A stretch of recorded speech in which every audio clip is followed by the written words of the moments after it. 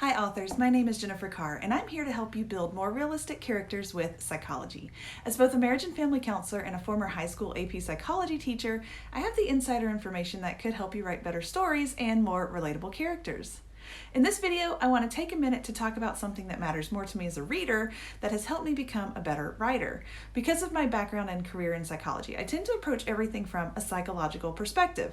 This means that I look at people and their behaviors through a lens that takes me to the core of their motivations. I want to help you learn to use that same lens as you write more realistic characters. In a previous video, I talked about traumatizing your characters more realistically, and this is kind of a continuation of that. Trauma in real life is a very complex creature and it looks different from person to person. So as a writer, you need to know your characters inside and out, which means you need to be consistent with your portrayal of those characters. So what does that look like for your character that's a victim of trauma? Well, many trauma victims have physical manifestations of their trauma. Sometimes they're as simple as obsessive and destructive nail biting. Others may be hyper aware of everything around them to the extent of borderline paranoia, so they're constantly looking over their shoulder. Your character may or may not be aware that he or she is doing these things, or they may be aware but unable to stop themselves. You can decide if your character is made aware or if they struggle internally, but whatever you decide, you need to be consistent. Other things your traumatized character might deal with. Sleep is typically a big factor for trauma victims in that they struggle to get to sleep or they can't stay asleep.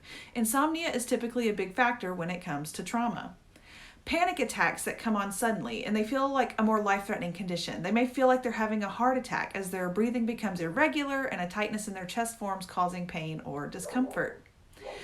Pent-up trauma can result in constant tension within the body, resulting in tight shoulders, headaches, muscle, and even full body aches. Keep in mind that these symptoms can onset randomly or have triggers, so you'll want to decide as you're planning your characters what those are going to look like. They'll vary in their intensity as well. So let's say your character was kidnapped, thrown into a vehicle, then hidden away for a period of time.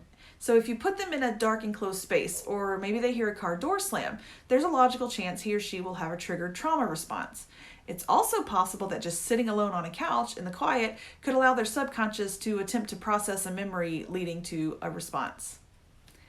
So finally, trauma responses don't typically disappear overnight. You need to keep that in mind. Most are going to be lifelong burdens. They may diminish over time, but the memories will always be there, which means the potential for a response is always going to be there. So the key to writing a realistic character is while you're being creative, you're also being consistent.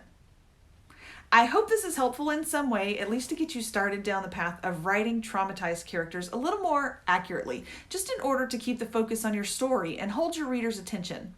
If you have questions about traumatizing your characters, or if you just want to dive deeper into topics like this one, just let me know. I'll be glad to make it happen. Just leave it in the comments below. And be sure to follow for more.